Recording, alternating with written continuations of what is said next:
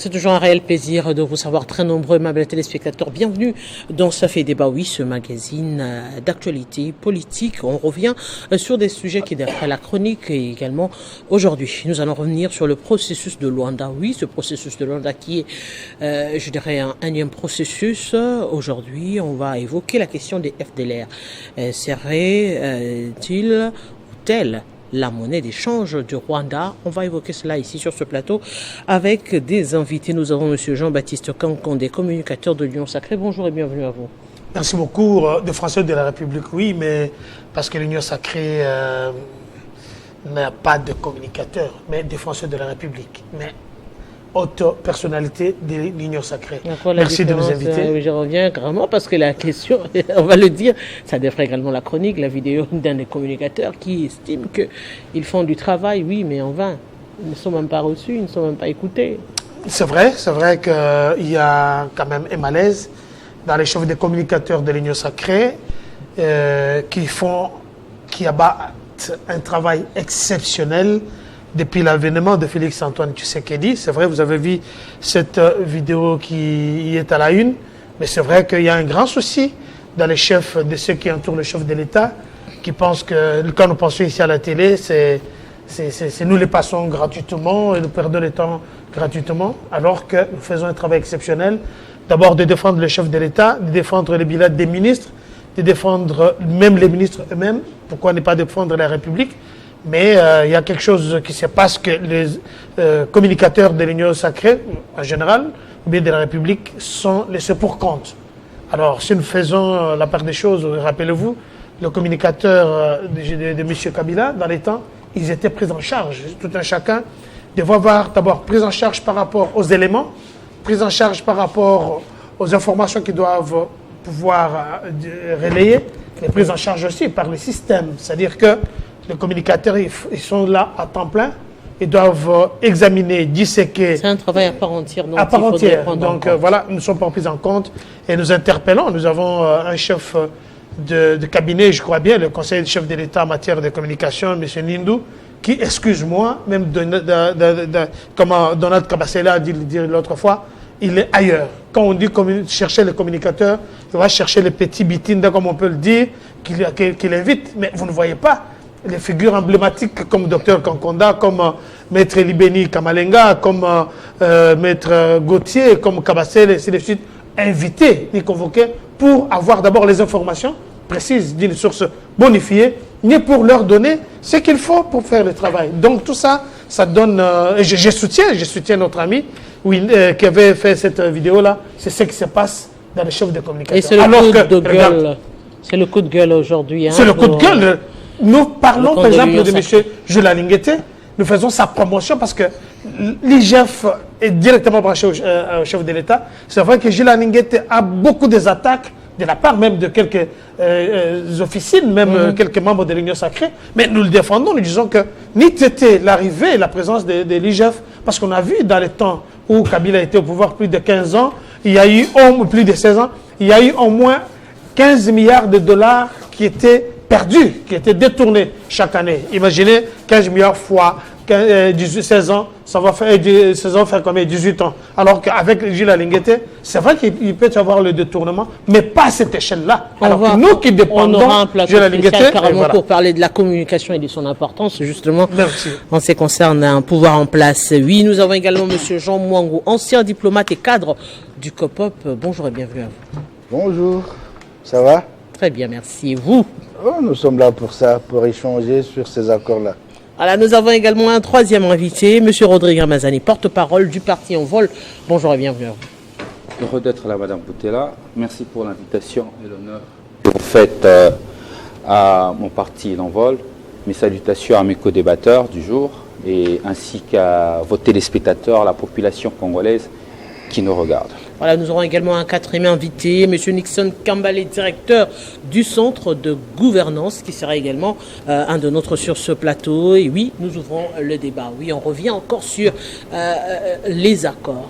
C'est vrai qu'à un moment donné, le président de la République avait dit « niet, on ne négocie pas, on n'est pas dans cette logique-là ». Mais aujourd'hui, il y a encore des brèches qui s'ouvrent. On revient sur la question des FDLR. C'est vrai, on négocie, mais on négocie comment? La question de FDLR, par exemple, comment arriver à identifier les FDLR aujourd'hui si cette question doit revenir encore sur la table? Merci beaucoup pour la question. C'est vrai, vous avez vu il n'y a pas très longtemps, je crois la semaine dernière, vous avez vu le président Jean Lorenzo qui était de passage ici chez nous. Il est venu parce que il est nommé ou bien désigné comme étant un facilitateur pour pouvoir chercher la paix dans le cadre diplomatique entre nos deux pays. Nos deux pays, c'est-à-dire entre le Rwanda et la RDC. Nous avons une guerre qui nous avait été imposée, qui ça fait très longtemps, et que nous avons l'obligation de trouver les pistes de solutions. Monsieur Jean Lorenzo, en étant ici, je pense que le chef de l'État, Félix Antoine Tshisekedi, a dit, réitéré ce qu'il a toujours dit. Rappelez-vous, l'année passée, les 2 ou bien les 3 pays devaient se rencontrer à Luanda. Il y a une chaîne internationale, African Times, qui lui avait interviewé là-dessus, avant de monter dans son avion, qui lui avait posé la question de savoir, maintenant que vous allez à Luanda, qu'est-ce que vous allez dire aux Rwandais, parce que nous savons qu'ils seront là. Le chef de l'État avait rétorqué, la réponse était très simple. Il a dit, soit le Rwanda veut la guerre totale, soit ils veulent la paix totale. Et nous avons des options sur la table. Je cite le chef de l'État, nous prenons au sérieux ce qui se passe là-bas. Nous avons le bâton et nous avons la carotte. Quant au Rwanda, de choisir de quelle est la stratégie et de quel est du bon côté ils veulent. Soit ils veulent la guerre, c'est la guerre totale, soit ils veulent la paix et la paix totale. Et le chef de l'État l'a dit il n'y a pas très longtemps, c'est qu'il a retiré à M. Jean Lorenzo pour dire que lui n'est pas là pour parler avec les entités, des petites entités, le M23, mais quand qui est soudoyé, permettez, oui, qui est soudoyé par le Rwanda. Parce que nous avons comme impression que les gens pensent que ceux qui attaquent le Congo, ce sont ces primitifs. Monsieur Kankondé, dans le rapport, après l'arrivée de Joao Lorenzo, dans le rapport, le compte rendu, nullement on n'a mentionné la question du M23. On a plutôt évoqué la question des FDLR. C'est là où je vais arriver. Oui. C'est là où je vais arriver. Mais comment arriver au moment où vous criez haut et fort? C'est le M23 qui fonctionne sous couvert du Rwanda. Arrivé à la table des négociations, l'on vous demande, vous, la RDC qui est agressée, de résoudre la question des FDLR. Est-ce que ces négociations, vous ne trouvez pas qu'il y a quand même des zones d'ombre ou des vraies questions des négociations? C'est une très bonne question que vous posez là, mais soyez attentive pour écouter la réponse. Le problème ici, nous avons posé des conditions afin que le Rwanda puisse retirer ses troupes au Congo. Et c'est les Rwandais qui parlent de FDLR. Le Congo n'a jamais parlé de FDLR. Imaginez, le Rwanda a dirigé ce pays pendant 18 ans avec Kabila. Ils n'ont jamais désarmé les FDLR. Suivez mon regard. Nous avions James Kabarebe dans ce pays, qui était le chef des troupes, et toutes les grandes entités de cette république étaient représentées ou dirigées par le Rwandais. Et le président rwandais, en aucune manière, ni aucun jour, il a dit qu'il va pouvoir désarmer ni arrêter les FDLR qui étaient ici. C'est un faux problème. Ici, nous parlons du Rwanda qui est ici chez nous. Le Rwanda qui est en train de chercher les dilatoires pour pouvoir s'éterniser ici chez nous. Et tout ce qu'il est en train de faire, donc, c'est mis à nu et au grand jour. Ici, nous avons le droit de parler avec le Rwandais, c'est tout à fait normal, leur dire, retirez-vous de chez nous, point barre. Quand on a arrêté, jamais, je dis alors jamais. Imaginez l'accord du 23 mars, où il était stipulé que le 43% des postes de commandement militaire devaient être dirigés par le Rwandais et surtout par l'ethnie Tutsi. Ça, c'est pas moi qui l'ai dit. Comment une république peut négocier avec un groupuscule de rebelles, ou bien, de terroristes comme le M23. Et dans cet accord, il est stipulé aussi que l'armée rwandaise pouvait venir traquer le FDLR ou bien d'autres criminels issus chez nous, ceux qui avaient été signés. Mais jusque-là, il fallait l'avènement de Félix Antoine pour dire niet à tous ces accords-là et que nous, on ne peut pas négocier avec un groupuscule et nous parlons avec le Rwanda. Et le chef de l'État a dit, vous avez vu, il y a une réunion préparatoire du ministère des Affaires étrangères. Ils ont comme objectif ce que vous venez de dire, que voilà, ils exigent que l'AFDLR, mais l'AFDLR, nous ne connaissons pas l'AFDLR ici.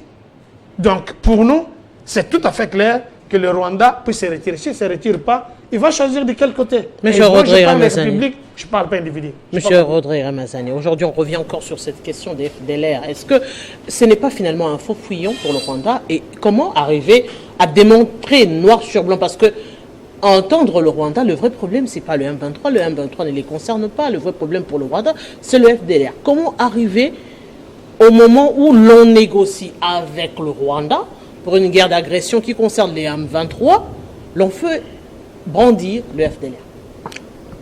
Merci beaucoup, madame. Je crois que nous venons d'écouter les pouvoirs, que de toutes les sauces, nous avons constaté que le pouvoir n'avait pas d'orientation claire sur le sujet et sur le problème. Je peux comprendre la difficulté de ces communicateurs parce que nous sommes dans une forme de politique organisée, mal coordonnée, sans cohésion. Nous retombons évidemment dans ces erreurs qui ne produiront évidemment pas de fruits.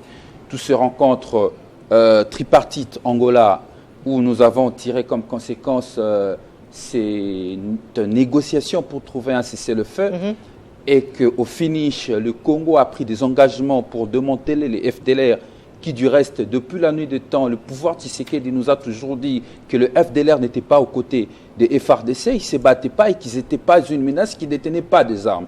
Pourquoi prendre des engagements pour le désarmer et les désengager alors que le gouvernement prenait une autre position publiquement devant le Congolais? Confusion.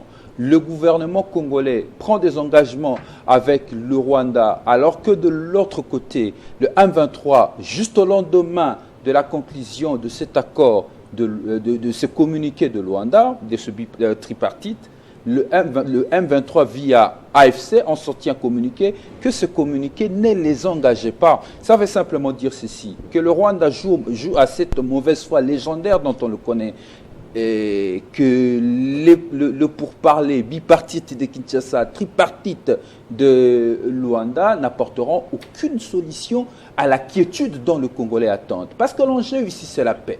Ce que notre population veut, c'est la paix. La fin de la crise, la fin de ce menace qui a duré plus de 30 ans. Est-ce que le pouvoir Tshisekedi a-t-il une recette pour nous amener vers cette paix, à conquérir et à pérenniser? Je dis non.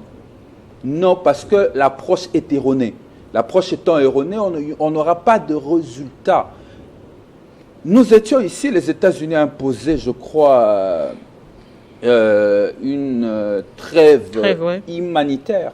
Est-ce que le AFC et les M23 ont-ils respecté?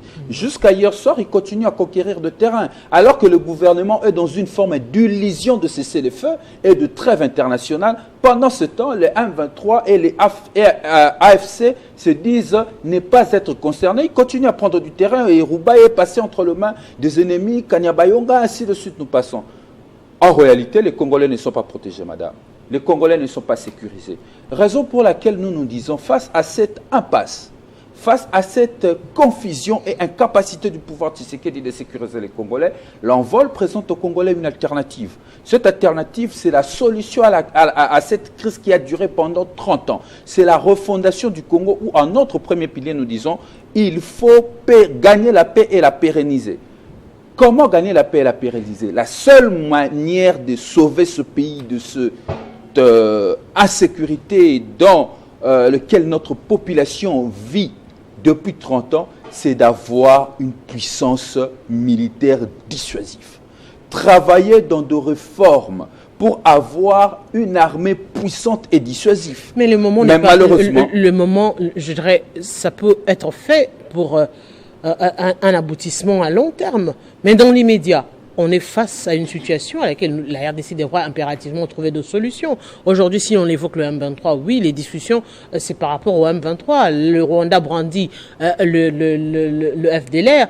Entre-temps, il y a également l'AFC qu'on est semblé négliger, qui est aussi commence à s'associer avec le M23. Bien sûr, madame, voilà pourquoi j'ai ce petit sourire avec moi. Parce qu'on a toujours tendance à croire que les solutions de politique publique doivent être de court terme. Je peux vous dire que sur cette crise de l'Est du pays, des solutions à court terme, il y en a eu autant.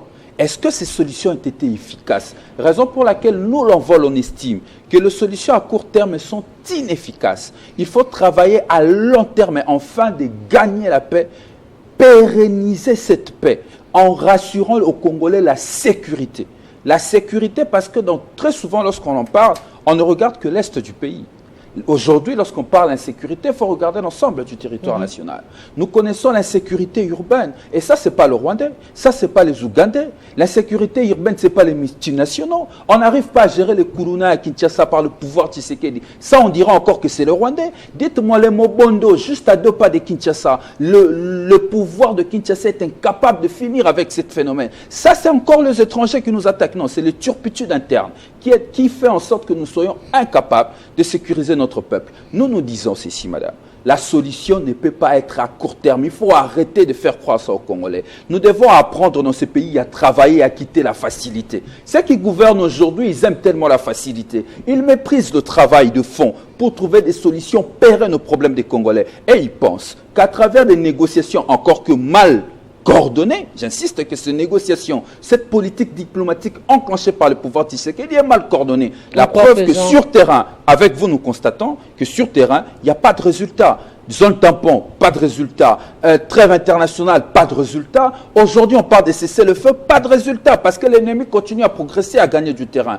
Et pendant ces temps, le peuple congolais continue à croupir dans la misère. Et pendant ce temps, le pouvoir Tshisekedi ne travaille pas pour monter notre armée en puissance. Bon, déjà, selon lui, monsieur le président de la République, l'armée congolaise est montée en puissance. Mais c'est chaque jour que cette armée congolaise perd du terrain. Il y a un problème de cohésion et de coordination de politique publique. L'absence d'une vision claire pour résoudre cette question de manière définitive. Monsieur Jean Mongo, est-ce que le problème ne serait pas ailleurs? Au-delà de ce qui est fait, est-ce que cette cohésion ne devrait-elle pas commencer en interne avec toutes les forces politiques du pays, en lieu et place de chercher à aller négocier à l'extérieur, alors qu'en interne, il n'y a pas cette cohésion? Oui, madame, vous avez raison, parce que les Congolais, c'est ça. Nous voulons toujours chercher des solutions à nos problèmes à l'extérieur. Pendant qu'il y a des occasions, on peut discuter franchement pour voir comment trouver des solutions à l'interne. Comme vous avez dit, du côté rwandais, j'ai aimé ce que l'ami de l'envol a dit, que du côté rwandais, il y a cette volonté légendaire de jouer le bluff. Les accords de Luanda sont seulement un cas de figure de bluff. Ils vont bluffer pour dire qu'il faut que le Congo finisse avec le FDLR. Parce que si on considère d'abord les ex-FARC qui sont venus, le moins âgeux serait de 20 ans. Et les 20 ans plus les 30 ans presque, c'est 50 ans. C'est que naturellement, cette force négative a disparu par l'âge. Si le Rwanda est en train de jouer avec ce qu'ils appellent les FDLR, c'est vouloir assimiler même les Bahutus. Parce qu'à l'Est, nous avons aussi les Bahutus. Nous avons une frange de zone occupée par les Bahutus. Nous risquons de considérer cette zone comme zone des FDLR, alors que c'est des Congolais Hutus qui y vivent. Ça, c'est un danger. Et il le fait d'une manière un peu bien calculée. Maintenant, comme vous êtes en train de parler de ça, moi je pense, parler de vision claire, confusion, c'est une erreur. Les chefs de l'État, de par ce qu'ils disent, prouvent à suffisance qu'il y a vraiment de la maîtrise de la situation. Si on négocie les accords, c'est entre le Rwanda et le Congo. Donc, immédiatement, le M23 tombe caduc.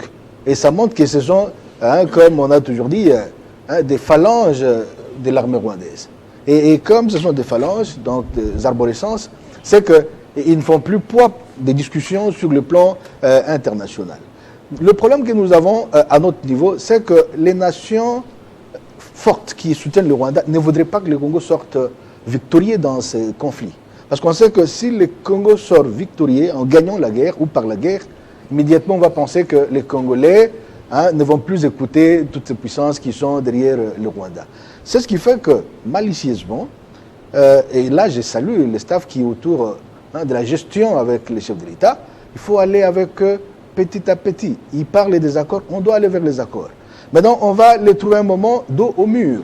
Parce que si on va leur demander les cantonnements. Les cantonnements, c'est prendre tous ces militaires M23, les mettre au Maniema. Vous voyez la distance, c'est au-delà des 5, 7, 800 kilomètres. Ils ne voudront jamais. Et c'est en ce moment que nous, parce que je soutiens le gouvernement, je suis dans le COPOP, nous, comme gouvernement, nous aurons à dire que voilà, nous avons tout donné à ces gens, mais ils n'ont pas accepté d'obéir à tout ce qu'ils ont ils ont signé comme accord, comme clause.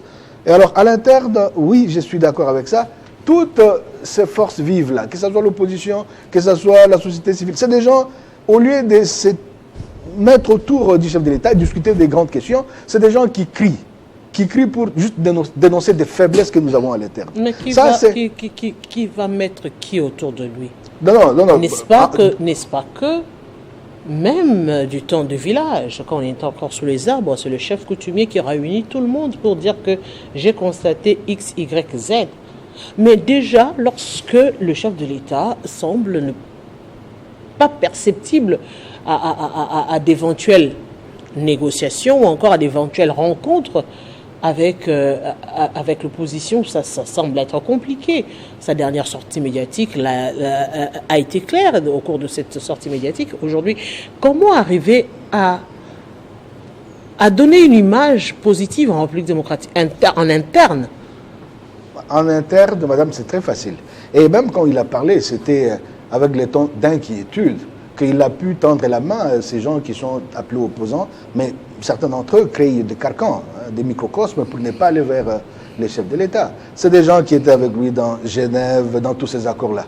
Pourquoi ils ne peuvent pas dire, avec humilité, avec simplicité, si on met l'intérêt national au-dessus, dire, bon, ok, on a été dans le passé, mais il est temps qu'on discute par rapport à des grandes questions pour la paix, le retour de la paix au Congo. J'ai aimé quand Fayoul a parlé, a dénoncé ses soutiens de ces puissances-là à partir des États-Unis. Voilà, c'est bon. Mais à l'interne, ici, quand il est dans le pays, il semble ne pas créer le pont de communication. Donc, vous voyez que je pense, le chef de l'État a toujours, comme il a toujours dit, tendu de pont de communication, de négociation, à la différence de penser qu'il a brisé les ponts. Non, c'est par contre, ce sont ceux-là qui ne veulent pas qu'on dise bon, je vais prendre un cas. Donc, juste un petit cas, même si j'anticipe. Nous avons l'opposant Constant Moutamba. C'est un opposant, mais il a intégré le gouvernement. Il est en train de faire un bon travail, alors qu'il est de l'opposition. Voilà une opposition responsable. Si ces opposants avaient pensé, ou peuvent penser à la manière... L'opposition également ne croit pas en son opposition. Non, en la manière de Constant Moutamba, on va créer une sorte d'auréole, une puissance des Congolais, au-delà de nos couleurs politiques, pour attaquer nos problèmes en face. Croire ou ne pas croire, c'est les opinions des gens. Mais moi, je sais qu'il s'est présenté comme candidat à la présidence avec statut de l'opposition. Lui-même se clame de la descendance de Kabila. Donc, dire qu'il a changé, ça peut étonner. Mais jusqu'à la minute, je sais que c'est un opposant qui travaille au compte des Congolais. Donc, à l'interne, c'est possible. Mais le problème, c'est que nous avons toujours voulu aller d'une manière isolée pour nous attirer des critiques et afin que les gens disent, parce qu'ils ne sont pas là, c'est pourquoi ça ne marche pas. Donc, les amis opposants, ceux qui s'appellent de l'opposition, ils trouvent des prétextes à chaque occasion. Mais ils ne veulent pas s'associer pour que les rapports soient quand même un peu constructifs afin de trouver des solutions durables. Cette paix est possible si on est avec les chefs de l'État. Mais l'option militaire serait envisagée.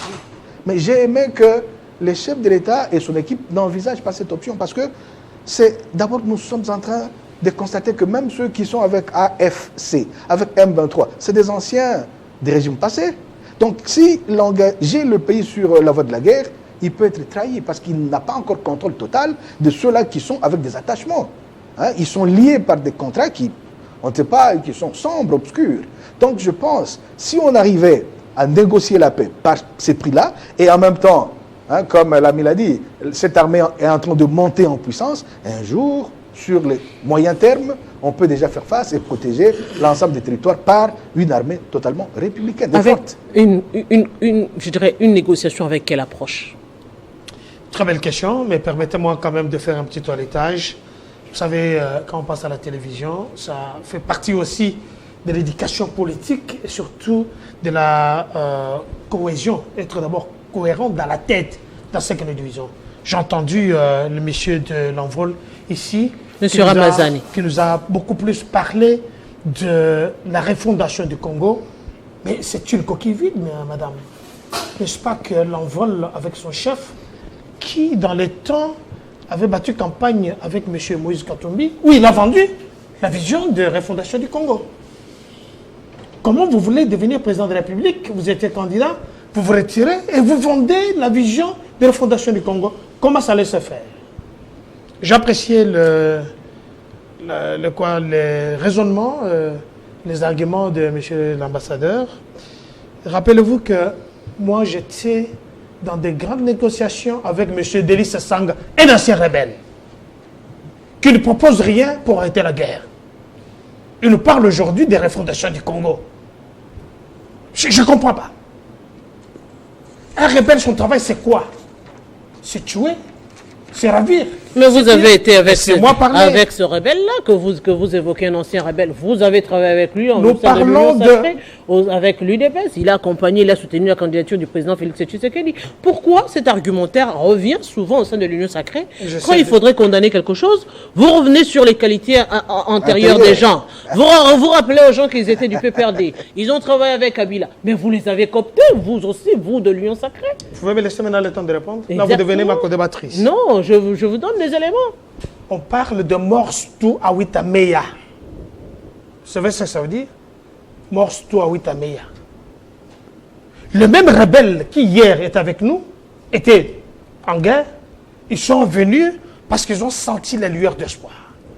Mais parce que tout un chacun veut se retrouver. Tout un chacun veut faire sa part seul, parce que l'autre ne s'est pas retrouvé. Vous avez senti, vous avez suivi Franck Djongo, que j'ai senti qu'il est malade, il a un problème dans la tête. Il n'est pas seul. Faire des déclarations. Et quand vous sentez quelqu'un, soi-disant de l'opposition, en train de faire la... Permettez. Non, je pose des questions pour comprendre. Donc, toutes les questions que vous m'avez données restent encore... oui, vous allez enrichir. Vous notez. Donc, c'est que ces personnes-là aussi qui ont fait la rébellion, qui se retrouvent avec vous, mais qui ne parlent pas encore, c'est parce qu'ils se retrouvent. Je dis bien ceci. Les gens qui viennent travailler pour la République, se retrouver, cela veut dire quoi? Quelle est la motivation pour un rebelle ou bien Congolais? Franck Diongo ne s'est pas retrouvé. Effectivement, c'est vrai, c'est ça qu'il a dit. Donc ceux qui se retrouvent. Je dis c'est ce qu'il a dit. J'interprète intégralement ce qu'il a dit. Il ne s'est pas retrouvé, il n'a pas eu l'argent pour se faire soigner, c'est ce qu'il est parti. Et nous avions voulu que les autres puissent partir. Je suis imperturbable, Madame Boutella, laissez-moi le temps. Quand vous entendez les soi-disant opposants vous faire l'analyse de soutenir Kagame ici sur le plateau, moi j'ai un malaise. Quand quelqu'un vous dit leur armée n'est pas capable de former, est-ce que nous, quand nous viendrons, mieux vaut un diable qu'on connaît qu'un ami qu'on ne connaît pas? Nous sommes en train de parler République ici. Les efforts que le chef de l'État est en train de mener, tout le temps, rappelez-vous, je donne un exemple. Quand vous regardez la Russie et l'Ukraine, cette guerre, la Russie pensait qu'elle allait terminer dans quelques temps. Mais vous devez savoir que malgré qu'ils sont en guerre, il y a un bras diplomatique qui continue, que ce soit sur le plan de l'économie, qui continue jusque-là. Nous voulons asphyxier le Rwanda. Aujourd'hui, c'est tout le pays, que ce soit les États-Unis d'Amérique, que ce soit la France, que tout le monde demande aux Rwandais de se retirer. Parce que vous avez parlé de Congolais qui sont frustrés. Mais écoutez, nous avons Nanga qui est parti avec son AFS. Qui est derrière Nanga? Qui soutient Nanga? Qu'est-ce que Nanga réclame? Nanga réclame, comme il y a eu mixage dans l'autre temps, avec les autres, comme il y a eu d'autres rebelles qui ont été mixés. Rappelez-vous que Mongachuchu a acheté Rubaya aux mains de Rubero en 2003, quand il y a commission de peine, quand il y a eu la facilitation que tout ce qui était parti peuvent rentrer calmement, il n'y aura pas. Rappelez-vous. Et ici, en ce moment, le chef de l'État, Félix Antoine Tshisekedi, qui n'a jamais touché aux armes, que vous me disiez aujourd'hui, voilà, il a pris ça parce qu'il fallait défendre la République, il n'était pas le seul, il n'a jamais touché aux armes et venez pas lui faire des pressions parce que vous étiez un ancien rebelle, vous voulez refonder le Congo. Ça ne marche pas. Est-ce qu'il y a une autre façon de débattre calmement? Quand quelqu'un vient vous dire, voilà, le Rwanda, oui, on ne sait même pas former le militaire ici, alors que, monsieur l'ambassadeur, je suis d'accord avec lui, quand il dit que, imaginez, depuis 30 ans, que cette guerre a commencé. Tous ces FDLR, ils ont quel âge? Leurs enfants, ils ont quel âge? Ils réclament quoi? Est-ce que ce n'est pas le dilatoire que l'armée rwandaise est en train de demander? Ça sont des questions que je me pose. Quand on nous parle ici que la population congolaise n'est pas sécurisée, à commencer par celui qui vient de dire ça, parce qu'il est bien arrivé ici en cravate, il a passé, il dort chez lui, le soir il est peut-être dans la kermesse, à Bandal. Alors, une personne comme ça, il vous dit que la population congolaise n'est pas sécurisée. Mais il ne sait pas que c'est grâce à la lutte avec les stylos qu'il porte la cravate aujourd'hui. Parce que ce n'était pas facile avec M. Mobutu que nous avons combattu. Et j'avais cet âge-là. Alors, comme quelqu'un vous dit, la population, regardez ce qui se passe avec Mobutu, ainsi de suite, j'aurais bien voulu que ce soit au Burkina Faso, où le président a pris un ancien ministre des Affaires étrangères, il a envoyé au front avec une arme, avec le treillis. Il dit, voilà, toi tu condamnes que nous ne faisons rien, allez combattre ces gens-là. Et le monsieur s'est tué dans toutes ses langues. Sa femme a commencé à pleurer. Alors, je voudrais vous dire qu'ici, les Congolais connaissent tout. Il y a des spécialistes dans toutes les matières. Quelqu'un ne peut pas se dire, bon, cette matière-là, je n'ai pas beaucoup d'informations. Et surtout que nous parlons ici de la sécurité. Un domaine très important, un domaine très stratégique, que moi, je ne peux pas passer à la télévision, commencer à parler de ça avec légèreté. Soit disant, même si on est opposant. Au-delà de cette, excusez-moi. Au-delà de cette hautement stratégique, l'on sait quand même voir quand ça va et quand ça ne va pas. On sait quand même analyser pour dire que ici, en tout cas, technique ou pas, on voit qu'on n'avance pas. Soyez d'abord congolais, aimez d'abord votre pays avant de dire n'importe quoi. Je peux vous poser la question, la dernière fois vous allez à Bukavu, c'est quand? Ou bien à Goma? Je vous retourne la question. Attendez. Qu'est-ce qui se passe à Goma? Qu'est-ce qui se passe à Bukavu? Qu'est-ce qui se passe à Kanyabayonga? Parce qu'on nous fait la promotion de M23, c'est terroriste, c'est charognard. On nous fait la promotion de Nanga, qui est devenu une personne ressource ou bien référenciée. On doit parler ici, voilà, Nanga a pris tel... Mais c'est ridicule tout ça. Quand on nous parle de trêve, la trêve c'est tout à fait normal. Qu'est-ce qu'on bénéficie dans les temps de trêve? Parce que les gens qui vous disent, ils connaissent tout ici. La trêve, c'est pourquoi? D'abord, c'est pour traiter les malades. Les trêves, c'est dans ce moment-là. On peut faire les échanges des prisonniers. Les trêves, c'est dans ce moment-là qu'on peut amener à manger, faire des... Tout ça, c'est tout à fait humanitaire. Quand on fait la trêve et que les autres ont dit bafouer ou bien aller au-delà de ce qu'on avait pensé, ce n'est pas une armée congolaise qui est respectueuse des principes internationaux, doit aller parce qu'un groupuscule de terroristes sont allés faire n'importe quoi. Je reviens ici, moi je parle République, je ne parle pas individu. Si vous avez des propositions, on a parlé ici. Monsieur, écoutez, les gens réclament le dialogue. Monsieur Ramazani. J'ai entendu ici un mot phare qui parle de la cohésion nationale. Qu'est-ce qu'ils veulent faire la cohésion nationale? Ils veulent le dialogue, il n'y aura pas le dialogue. Moi je peux le certifier aujourd'hui. Qu'est-ce que dit la Constitution? On a eu plus de 52 dialogues dans ce pays. Dans tous ces 52 dialogues qu'on a eu dans ce pays, ça a résolu quel problème? Que ce soit sur le plan du développement, que ce soit sur le plan... Alors, parce que monsieur l'ambassadeur vient de dire, monsieur Fayoul était en Europe, il était aux États-Unis. Quand il est de l'autre côté, il parle autre chose. Mais ils sont même incapables de se mettre d'accord. On les a vus l'autre fois à Lubumbashi, où ils étaient invités par Moïse Katumbi. Il n'y a pas que lui qui dit autre chose en dehors du pays et autre chose à l'intérieur du pays. Hein, monsieur Rodrigue Ramazani, aujourd'hui, si l'on revient vous faites allusion sur cette question, je vais quand même revenir sur le dialogue, la cohésion nationale. Est-ce que ce sont des valeurs qui vont aujourd'hui déterminer la suite de la paix en République démocratique du Congo? Parce que la guerre, c'est autre chose. Les négociations, c'est autre chose. La cohésion nationale, elle est, je dirais, purement politique et politicienne aujourd'hui. On l'a vécu ici dans ce pays, où lorsqu'on doit parler dialogue, on revient sur la révisitation, les postes, intégrer les autres. C'est deux approches qui ne corroborent pas forcément. Là, on parle politique, là, on parle paix et nation.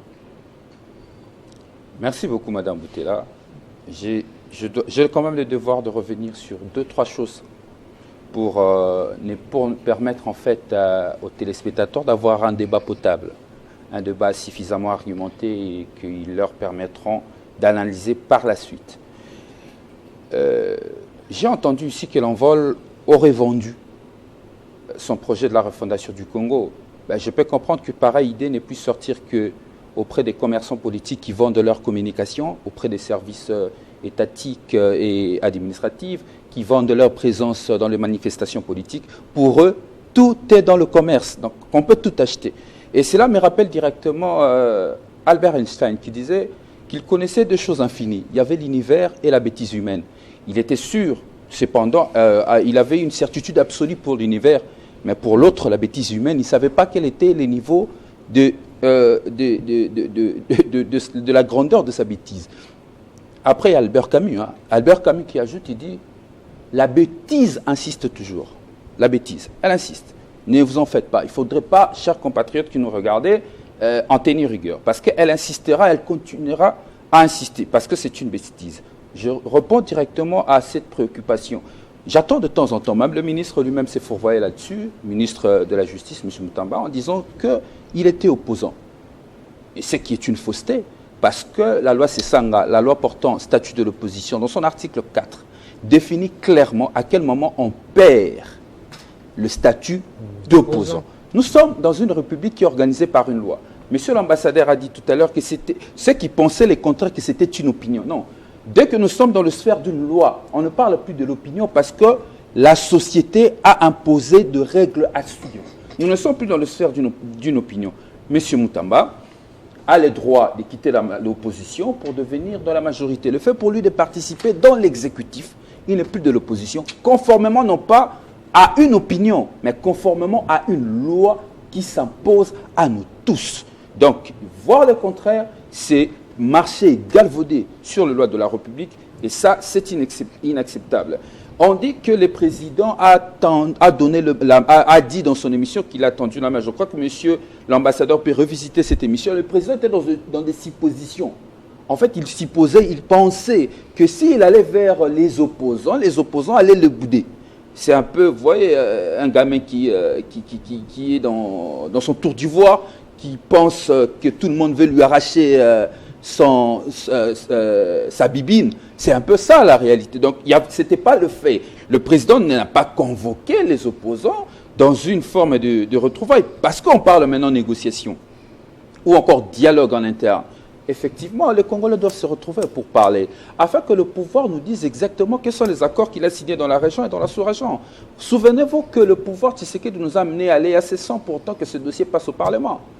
Souvenez-vous que les IPDF, parce que j'ai entendu ici du côté de la majorité, que l'ancien pouvoir avait permis au Rwanda de venir traquer les FDLR ici. Je rappelle encore que l'actuel pouvoir aussi a permis à l'Ouganda, parmi nos agresseurs, de venir traquer les EDF ici. Donc ça veut dire les mêmes erreurs du passé, nos amis le reproduisent, croyant produire de nouveaux résultats. Et je peux leur assurer que la direction que vont prendre les choses au regard des erreurs de gouvernance qu'ils ont commises, il faut rappeler encore aux Congolais qu'aujourd'hui, nous parlons plus de groupes armés, nous parlons que du M23, c'est une résurgence. Et cette résurgence est due du fait du pouvoir Tshisekedi. Parce que depuis 2013, dans ce pays, jusqu'à 2018, on ne parle plus M23. Les M23, il y avait une scission. Ceux qui ont décidé de devenir des acteurs politiques, il y a même un parti politique qui fait partie de l'Union sacrée, n'est-ce pas? À l'appel du chef de l'État, les M23 ont adhéré à l'Union sacrée du côté politique, mais il y avait un côté militaire qui était resté cantonné en Ouganda. Et il ne causait aucun problème. En 2019, M. Tshisekedi a décidé d'instrumentaliser. Un peu comme les FDLR. S'il vous plaît? Un peu comme les FDLR. Un peu comme les FDLR. Mais M. Tshisekedi, en 2019, face à la réalité des élections chaotiques qui lui a amené au pouvoir, comme la toute dernière élection, M. Tshisekedi a décidé d'instrumentaliser cette question politique sur la situation sécuritaire, donc avec le M23. D'où la convocation de M23 à Kinshasa. Il y a la lettre de Claude Ibalan qui, je ne cesserai d'en parler, il y a la lettre de Gilbert Kankonde qui sont clairs là-dessus, que ces gens étaient ici à Kinshasa et ils ont discuté et il y avait même une enveloppe pour leur traitement. Et après, il a décidé encore d'approcher le Rwanda parce qu'à cette époque, il y avait des amours entre Kigali et Kinshasa. Il a approché le Rwanda pour se rassurer une sécurité. C'est ça le danger. Et aujourd'hui, le pouvoir Tshisekedi se retrouve dans un piège que lui-même avait installé. Et il ne sait plus en sortir parce qu'aucune vision, j'insiste, il y a clairement. On ne peut pas ici se limiter à dire, comme j'écoutais la majorité dire, écoutez, la trêve va nous permettre d'échanger des prisonniers, ainsi de suite. Mais pendant que vous êtes satisfait de la trêve, l'ennemi gagne du terrain, les Congolais sont en insécurité. On est allé jusqu'à m'attaquer parce que je portais une cravate. En portant une cravate, j'ai respecté les Congolais qui me regardent. Parce que j'estime que je dois quand même venir leur parler d'une certaine manière. Mais le fait pour moi de porter la cravate ne veut pas dire qu'à Bandalunga, où je vis, je suis en insécurité. La délinquance juvénile bat le plein. Tout dépend du contexte sécuritaire. Moi, je suis un acteur politique. Je parle de questions politiques de manière sérieuse. Moi, la sécurité, ça veut dire le trouble à l'ordre public. Le trouble à l'ordre public aujourd'hui dont on en parle, c'est les Koulouna aussi. Est-ce que ça, c'est une réalité que les Congolais vivent chaque jour, oui ou non? Les Congolais le vivent chaque jour. Donc, il faut comprendre que nos amis de la majorité, c'est tout à fait normal qu'ils se mélangent les pédales. Parce qu'à un moment donné, ils ne comprennent pas quelles sont les vraies questions de gouvernance, comment trouver des solutions. Et d'où les Congolais sont en insécurité. Nous disons ceci. Le fait pour nous d'avoir soutenu un candidat ne fait pas que nous ne sommes plus le seul parti politique de ce pays qui a un projet politique cohérent, clairement et présenté aux Congolais. Nous avons ce projet de la refondation du Congo qui propose aux Congolais la correction des erreurs du pouvoir Tshisekedi. Nous proposons aux Congolais la sécurité. Et la vraie sécurité aux Congolais. Nous disons monter une armée puissante. Nous ne le disons pas par imagination. Nous avons sorti une planification pour y arriver. Quelles sont les mesures qu'il faut prendre pour y arriver? Nous n'imaginons pas les choses. À la différence de nos amis qui sont venus au pouvoir sans projet, sans planification. Conséquence, toutes les politiques publiques qu'ils ont lancées, de la gratuité à l'enseignement jusqu'à celle de la maternité, mauvaise planification, pas de résultat. Diplomatie, échec total, parce que rien ne marche. Même sur le plan diplomatique, on n'arrive pas à conquérir la paix. Et donner aux Congolais l'alternative, en lieu et place de vous attaquer en l'envol. Vous êtes au pouvoir, vous avez une responsabilité de dire aux Congolais comment vous le sécurisez, parce que chaque jour, je rappelle, nous sommes à près de 3 millions de déplacés internes. 3 millions de déplacés internes, s'il vous plaît, madame. Si nos amis qui sont au pouvoir, ils pensent que ce chiffre, c'est des imaginations, alors ceux qui sont au pouvoir ne méritent pas de diriger les Congolais. Est-ce qu'on peut encore comptabiliser des morts aujourd'hui? Les rapports humanitaires sont catastrophiques. Aujourd'hui, nous sommes exposés à ce virus monkeypox. Comment nos populations dans ce milieu, qui vivent dans la promiscuité, peuvent être sécurisées du point de vue sanitaire? Tout ça, ce sont de vrais défis à relever en termes de gouvernance. Mais malheureusement, le pouvoir ici, au lieu de dire aux Congolais quelles sont les solutions qu'ils amènent, ils trouvent la facilité. Mais c'est aussi, entre autres, des solutions. Les négociations, aujourd'hui, ils en sont. C'est tout un processus qui a commencé. Aujourd'hui, on va encore revenir sur le processus de Luanda. Ça veut dire que les mécanismes sont mis en place. Tout est question de l'approche qu'il faudrait prendre actuellement. Ah, voilà. Vous venez de toucher le mot qu'il fallait, l'approche. L'approche du gouvernement n'apportera aucun résultat. Parce que l'ennemi continuera à gagner du terrain. C'est de la naïveté de penser que le Rwanda est de bonne foi en allant en Luanda discuter avec le gouvernement. Pourquoi applaudir des discussions dont on connaît l'issue? Ça va accoucher d'une souris. Et le lendemain matin, après cet accord, on va se réveiller. Un des territoires congolais tombé entre les mains des ennemis, un des Congolais reçus de balles est tombé. Moi, je crois que nos amis de la majorité prennent cette question avec beaucoup de légèreté. Je rappelle que depuis le début de cette résurgence du M23, ceux qui sont morts, ceux qui tombent sur le front, ce sont des Congolais. On ne parle que de Congolais qui meurent. Le Rwandais, la population rwandaise est en sécurité, alors que notre peuple est en train de tomber chaque jour. Ici, c'est une question de responsabilité. Le pouvoir est incapable de trouver la solution au problème. L'envol se propose en 2018 d'apporter la sécurité au tout dernier Congolais, au plus profond village de ce pays, qui doit se sentir sécurisé et défendu, à la différence de ceux qui viennent aujourd'hui. L'Union sacrée aussi l'a dit. Hein. L'Union sacrée le disait en son temps, mais aujourd'hui, la réalité, c'est tout. Moi, je peux vous dire, Madame Boutella, juste avant que... Je peux vous dire, sortez tout ce que vous voulez, vous ne trouverez aucun projet du pouvoir Tshisekedi qui présente une planification en termes de gouvernance. Aujourd'hui, l'Envol est le seul parti politique de ce pays qui détient un projet de société clairement présenté et défini. Et d'ailleurs, ce projet est public. Vous allez sur Google, vous téléchargez le projet de la refondation du Congo, de l'Envol, lisez-le. tout est clair, on n'a rien caché. Monsieur Jean Mwango, aujourd'hui encore, on revient. Hein, c'est vrai, l'approche la plus efficace aujourd'hui, ce serait quoi? Parce que déjà, on est en train de partir vers la question du FDLR, qui est une monnaie d'échange quasiment impossible, puisque vous l'avez évoqué tout à l'heure. Aujourd'hui, comment arriver à identifier les FDLR? Aujourd'hui, à plus de 30 ans d'existence, on suppose qu'ils se sont intégrés dans la population, ils ont fondé des familles en 30 ans, c'est une nouvelle génération aujourd'hui. Est-ce que ce n'est pas une piège tendue par le Rwanda pour dire que finalement, vous n'arriverez pas à résoudre cette question et entre-temps, le M23 va continuer son travail? Tout à fait. Heureusement que j'aime votre manière de faire parce que vous tracez en même temps des solutions et des pistes de solutions. Oui, le Rwanda sait sur quel pied danser. Et le Rwanda connaît, qui revient toujours sur des mêmes stratagèmes. Que quand ils vont parler d'FDLR, on n'aura pas d'FDLR, ça va continuer. Mais ici, cette guerre n'est pas guerre de conquête. Le président l'a dit, c'est une guerre économique. Parce que les petites localités, je ne néglige pas, qu'on ne me prenne pas au mot, qui tombent, c'est des localités qui n'ont pas assez d'impact. Sinon, Goma serait tombé, Butembo serait tombé. C'est des gens qui veulent parler d'eux-mêmes. Mais ces localités qui tombent. Beaucoup d'entre mes collègues ont déjà beaucoup parlé. Hein. Oui, on va vous laisser parler. Les localités qui tombent quand même, ce sont des localités aussi qui ravitaillent Goma. Parce qu'en ce net moment ici, Goma on ne peut plus asphyxier. Goma se réfère plus au Rwanda que vers ces localités-là qui fournissaient à Goma sa substance. Que certainement, voilà, ils doivent vivre ces gens-là de M23. Et quand les gens parlent de leur passage à Kinshasa, moi je n'ai jamais vu qu'il y avait un problème dans ça. Parce qu'en tant que chef de l'État, aussitôt investi, il fallait qu'ils s'imprègnent de toute la réalité de ce qui s'entourait par rapport au M23. Leur passage à Kinshasa, c'était un contact. Il faut qu'on les écoute, parce qu'ils se disaient qu'ils sont Congolais, passer ici, assurer leur restauration. C'est un fait normal. Mais le problème, c'est quoi? Cette guerre a surgi simplement parce que les robinets envers les M23 étaient totalement bouchés.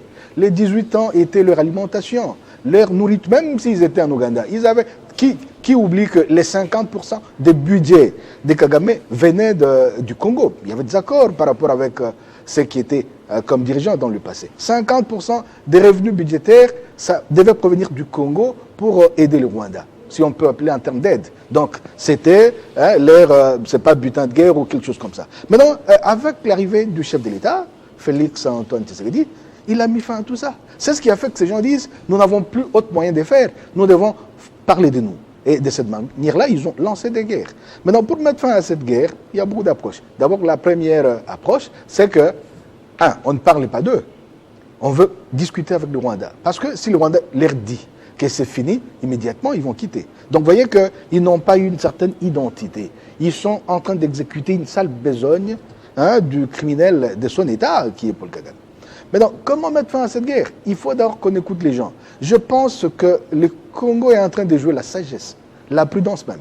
Parce que si, moi, c'est mon opinion, ça n'engage que moi, si nous devrions aller en guerre, avec quelle armée? Tous ici, vous avez décrié cet état d'armée. Maintenant, elle est en refondation, l'armée. Heureusement qu'au point de la refondation, et en vol et les chefs de l'État sont d'accord que cette armée est en refondation. Nous avons vu que nous avons maintenant une branche spéciale. Comment on appelle ces gens-là qui portent des lunettes la nuit? Ce n'est pas une branche spéciale de l'armée congolaise qui peut même combattre la nuit avec des masques. Voilà, les snipers, par exemple. Ça, c'est une refondation. C'est un fruit. C'est parti de là. Dire que c'est seulement l'envol qui a un programme qui est sur le net, là, c'est faux. Moi, j'ai lu le programme de ICD sur le net. Quand vous cliquez, vous allez voir, vous lisez ICD, vous allez dire que mais c'est parfait. Dire qu'il n'y a qu'un vol, c'est aussi faux, parce qu'UDPS, avant de venir au pouvoir, c'est des gens qui avaient travaillé, c'est des grands docteurs, c'est des savants également qui ont travaillé de comment on peut diriger les pays. Donc si on veut avoir la part du gâteau, on ne peut pas seulement accuser que voilà, ils n'ont rien fait. Pratiquement pas. On peut échouer, mais on ne peut pas dire qu'il n'y avait pas un soubassement. Le soubassement, c'est la refondation du pays. Aujourd'hui, si on a parlé de peuple d'abord, c'était ça, refonder les pays. On peut refonder par d'autres termes.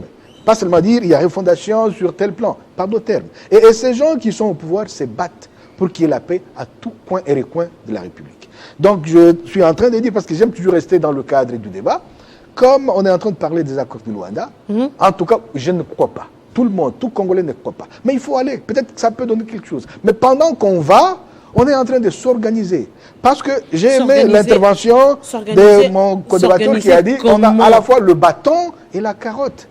Quand on va aller à la fin, quand eux ils vont choisir le bâton, voilà, là maintenant on va dire on porte des treillis de combat. Mais si on peut encore mettre fin à ces conflits meurtriers qui a enlisé les pays dans plus de autant de millions de Congolais, par la paix, on peut tenter cette voie. Et surtout, je l'ai encore dit, que ceux-là qui... Et le Congo se bat contre qui? Contre les Américains, je n'ai pas peur de le dire, les Anglais, les Britanniques, les Français, qui sont derrière le Rwanda. Et c'est les mêmes messieurs qui viennent au travers les interfaces pour dire il faut qu'il y ait une négociation. Mais le Congolais se dit ceci, Oui. Monsieur Mango. Oui. Vous savez que le problème, ce n'est pas le M23. Pourquoi ne pas demander les négociations directement avec les États-Unis d'Amérique? Puisque vous le dites ici, vous ne parlez pas avec les M23 parce Oui. que vous savez que c'est Kagame Nous qui les parlons envoie. avec leurs commissionnaires. Quand il y a commissionnement, on parle avec les commissionnaires. Les Pourquoi ne pas commissionnaires, parler c'est avec le Rwandais commissionnaire Kagame. M23? Non, non, M23, ce sont des Puisqu'ils supplétifs. sont, non, Ils ne sont jamais puisqu'ils réclamés sont commissionnaires. puisqu'ils sont supplétifs, Oui. puisqu'ils négocient, ils négocient un prix. À quel prix? À chacun, comme on le dit, chacun a son prix. Ça veut dire qu'ils sont, puisqu'ils acceptent déjà de négocier avec le Rwanda, Oui. donc ils peuvent négocier au plus-value avec la République démocratique du Congo, puisque si c'est le M23 le vrai problème. Non, non, les M23 Qu'on ne sont plus utilise. un problème parce que aussitôt que les accords de Luanda ne parlent même pas, n'insinuent même pas l'aspect M23. C'est que les M23 ont cessé d'être un problème. On a les problèmes avec le Rwanda. Ça, c'est clair, c'est tacite, c'est clair. On comprend directement que, ok, les problèmes, ceux qui attaquent le Congo sont des Rwandais. Kagame n'a pas refusé, mais il dit, ok, finissez-moi avec les affaires de FDLR, moi je vais mettre fin à cette guerre. Donc, il cautionne la guerre par l'FDLR. Et il sait que ces gens n'existaient pas. C'est là que j'ai dit que nous avons peur que nos confrères Hutus de l'Est soient victimes et identifiés comme les FDLR, parce que les FDLR n'existent pas. Mais le problème, c'est ça. Le problème, c'est que même quand on demande de terminer ce problème de FDLR, ce n'est pas le Rwanda, ça se passe au Congo. Et c'est la RDC qui va endosser cette responsabilité. Admettons aujourd'hui que le FDLR, peu qu'il soit, qu'il reste, dise que nous n'allons pas fléchir, nous allons réagir. Ce sera sur le sol congolais. En plus de la guerre que nous avons déjà, on va nous ajouter encore une autre guerre. Est-ce que c'est lucide d'accepter cette proposition? Je vous dis, madame, heureusement que cette position des femmes vous permet de bien comprendre. Il y a un feu, quand il s'allume intensement, c'est qu'il va s'éteindre aussi rapide que possible. Donc je suis en train de voir que ça, ce sont les derniers échos des menaces du Rwanda sur le Congo. Du moment où le chef de l'État dit qu'il ne va pas négocier avec les M23, c'est que cette possibilité d'occuper des postes disparaît. Ça, c'est un premier acquis. Okay. Mais quand il dit qu'il va attaquer, il va discuter, il va demander aux Rwandais de nous dire mais qu'est-ce que vous voulez de nous, les Congolais? Parce que vous avez beaucoup tué. Voilà que la dimension est en train de s'élever et c'est déjà un élément important. C'est à ce point-là que nous serons, voilà, nous, pour qu'on quitte les FDLR. Mais quand on va voir concrètement qu'il n'y a pas FDLR, on va balayer de la main le dossier FDLR parce que c'est un dossier vide. Mais maintenant, quand tout sera clairement vu, nous savons que ces gens voient et ils savent que c'est clairement vu qu'il n'y a rien, qui viennent là pour torpiller les accords et voler nos richesses, à un moment donné, ils diront, en tout cas, on en a assez. Les gens disent ici, les Américains ont imposé la trêve. Ils ont imposé la trêve. J'ai dit bien, ils ont imposé. Ils ont imposé pourquoi? Parce qu'ils savent qu'ils ont un commissionnement. Ils ont leur commissionnaire, c'est le Rwanda. Ils savent qu'ils peuvent tout dire sur le Rwanda et ça va s'exécuter. Donc, vous voyez que nous devons, par contre, dire, nous sommes forts, nous, les Congolais. C'est les petits groupes d'hommes, le Ouazalendou, qui tiennent tête, qui se battent, quel que soit au prix de la mort, mais qui essayent de bloquer cette avancée. Mais à l'époque de l'AFDEL, même à l'époque du RCD, si le Rwanda voulait vraiment faire des conquêtes, avec tout ce soutien financier, les millions, les milliards qu'il y a, mais on serait déjà vers Walikale. Mais ils n'arrivent pas. Pourquoi? Parce que c'est nous qui perdons. Nous avons toujours perdu. Nous sommes en train maintenant de perdre pour la dernière fois. Les efforts consentis par les chefs de l'État, c'est pour qu'à la fin, qu'on ait une paix durable et une paix définitive. Ce sera une occasion pour Envol de dire, voilà, au moins une fois, le projet est bon. Donc, nous ne pouvons pas que condamner, mais nous pouvons aussi apprécier la piste qu'emprunte le gouvernement congolais pour arriver à ça. Que ce soit Mme Judith à l'événement de Génocost à Kisangani. Mais j'ai aimé les discours. Plus jamais ça. Never again. Plus jamais ça. Plus jamais ça. Pas avec les bras. C'est avec les armes. c'est avec une armée, mais une armée qui est en gestation. Parce que l'imprudence serait de dire, allons combattre le Rwanda quand on n'est pas encore prêt. J'ai dit, ce serait une imprudence. J'ai dit bien que c'est des points de vue qui n'engagent que moi. Et comme l'a dit, c'est secret défense, ainsi de suite, tout ce qui se prépare là, je ne connais pas à ceux, mais au moins je me dis, en tout cas, nos responsables sont réellement responsables. Parce que ça aurait été chaotique de prendre les jeunes gens qui sont en formation, les mettre sur des lignes de front pour qu'on plaise à une catégorie d'opposants et dire, oh voilà, maintenant nous avons une armée qui descend sur le terrain. Et à la fin, c'est des morts et des morts. Mais mieux vaut tenter cette voie de paix pendant qu'on est en train de s'organiser pour avoir une armée qui pourrait sortir définitivement, découdre et en finir avec cette insécurité. Monsieur Kankonde. Je suis très content pour l'analyse, les analyses que monsieur l'ambassadeur venait de dire ici. Mais avant de continuer, j'aurais bien voulu vous faire quelques principes sacro-saints de René Descartes. C'est vrai, l'imbécile persiste dans son imbécilité. Refonder le Congo. Je rappelle encore que nous sommes... Les mots sont durs, hein? Je me rappelle encore... Apparemment, on a des penseurs ici sur ce plateau. Ah, aujourd'hui, c'est la je suis en train de faire le métaphore de ce qui est le précis ici. Je me rappelle que nous étions à Île de Gorée avec M. Délice Sanga à la création de son parti politique. J'en connais quelque chose. Qu'est-ce que René Descartes nous énumère quand il y a dans ces 4 principes? Il nous parle de l'évidence qui est sur un problème donné. D'abord, il y a l'évidence. Deuxièmement, il y a ce qu'on appelle l'analyse, les analyses. Il y a les règles que nous parlons ici d'ordre organisationnel.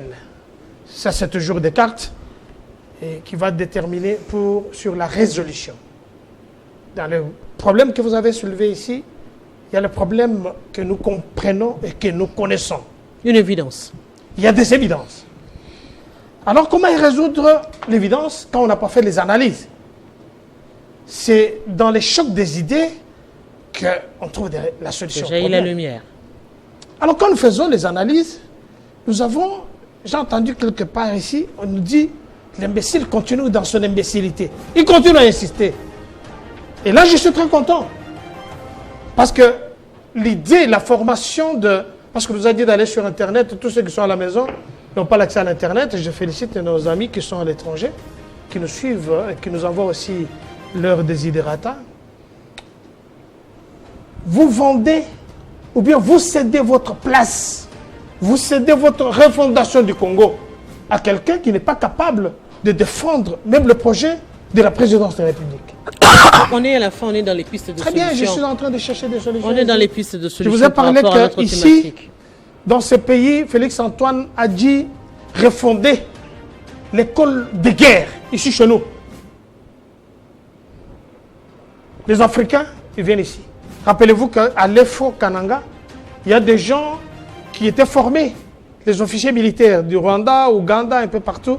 Je me rappelle qu'en 1984, quand j'avais postulé pour aller faire l'école militaire, heureusement que mon père m'en avait, malheureusement, tout comme heureusement, je serais très loin avec. Parce que les amis avec qui je devais aller à l'EFO, il y en a qui sont déjà devenus aujourd'hui des généraux. Troisièmement, le chef de l'État Félix a dû rétablir toutes les écoles de formation militaire à la base de Kibomango, tout ce que Kabila avait détruit. Parce que même si vous allez à Kananga aujourd'hui, même les écoles qui formaient les militaires étaient détruites. À la Kibomango aujourd'hui, allez voir comment c'est requinqué, c'est restructuré. Félix a refondé l'armée. Il est en train de refonder l'armée. Dans le temps, nous avons dans ces pays, nous avons la gendarmerie nationale. Et je demande au chef de l'État qui nous écoute beaucoup, parce que j'ai lancé un message il n'y a pas très longtemps par rapport à l'éviction d'un PDG de la GECAMINE, et le chef de l'État nous a écoutés directement. Il a mis ces messieurs-là hors d'état de nuire. Aujourd'hui, il y a eu une nouvelle nomination. Merci, chef de l'État, de nous avoir écoutés. Les chefs de l'État, je demande à ce que nous puissions retourner au temps de l'infanterie militaire. Nous devons avoir la gendarmerie militaire. Vous savez pourquoi? Vous connaissez la mission de gendarmerie? Nous allons peut-être y revenir à la prochaine émission. Nous avons ici la force navale. Nous avions ici dans ces pays ce que nous appelons les parachutistes et les paracommandos. Il n'y avait pas Kabila, avait tout détruit. Mais aujourd'hui, nous avons l'infanterie, nous avons aujourd'hui la force aéroportuaire. Il a refondé le Congo, il a refondé l'armée. C'est ça la refondation. Et je suis dans l'évidence et dans les analyses. C'est ça les propositions. Aujourd'hui, le chef de l'État a refondé la justice militaire. Il a refondé la justice militaire. Mais j'ai entendu ici qu'il fallait que nous puissions attaquer la RDC. Mais la RDC est signateur de beaucoup de principes, de beaucoup de lois internationaux ou bien internationales qui lui permet, dans les principes sacro-saints, d'abord de prendre le temps de la diplomatie. Nous savons quand est-ce que la guerre commence. Les gens qui vous parlent aujourd'hui, la RDC a échoué, voilà, qui font la promotion du Rwanda, qui relayent le message de Nanga ici, c'est paria. Et quand vous regardez Nanga, il n'est pas seul dans sa tête. Nanga n'est pas seul. Nous, on ne peut pas venir parler de Nanga ici. Je réponds à cette question. Gilbert Kankondé aurait reçu les membres du M23 ici. Effectivement, disons que c'était vrai. Quand on nous parle ici que le M23 était désarticulé par Kabila, ils étaient partis où? Quand vous les désarticulez, ils ont enlevé les treillis militaires, ils vont où? Imagine que dans votre famille, vous avez un individu comme Henri Magie. Parce que la majorité qui ont suivi Nanga sont les gens membres du PPRD. Imagine qu'aujourd'hui, on a désarticulé Nanga. Henri Magie va aller où? N'est-ce pas qu'il a une famille ici à Kinshasa? Est-ce qu'il ne veut pas revenir ici? Parce qu'il y a eu ces moratoires, il y a eu ces principes de leur laisser la liberté de cette reddition. Et alors quand quelqu'un vous dit, voilà, Gilbert Kankondé, en tant que ministre, vice-premier ministre, ministre de l'Intérieur, avait reçu ces gens-là. Mais ces gens-là, ils avaient créé un parti politique. Mais ils étaient partis où d'abord, quand on les a désarticulés? Rappelez-vous ici que Thomas Lubanga... On a parlé ici sur ce plateau de deux s'il vous franches. plaît, mais excusez-moi. Thomas Lubanga, pour la réduction de ses peines à la CPI, il a fait la déclaration pour dire M23, ce n'est pas le Rwanda, c'est Kabila lui-même. Donc Kabila est des mèches. Quand le chef de l'État parle de Kabila, avec tout ce qu'on a vu, c'est l'homme le mieux informé. Alors, je ne voudrais pas qu'on revienne sur ce débat, qu'on a reçu les M23 ici, on les a logés parce qu'il n'y a personne qui a de preuves. C'est aussi une évidence. Et je vous dis, mais effectivement. Et l'évidence aussi, c'est que quand on les a désarticulés, mais c'est ça, ils sont partis où? Par après, ils étaient... Cette question également, les téléspectateurs vont reprendre également.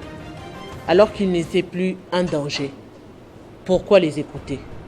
L'objectif, c'était quoi? Après, chacun de nous répondre. La question reste aux téléspectateurs. Je dis grand merci à M. Mangou, grand merci à M. Kankondé, grand merci à M. Rodrigue Ramazani. Eh bien, on a fait le tour de parole. Merci. Vous n'aurez pas le temps. Nous sommes arrivés à la fin. Merci. Eh bien, nous vous disons également à vous, aimables téléspectateurs, merci de nous avoir suivis dans l'espoir justement que la paix sera retrouvée en République démocratique du Congo. Oui, parce que nous avons besoin de la paix. Et oui, seule la paix peut développer une nation. À très bientôt, avec le même plaisir.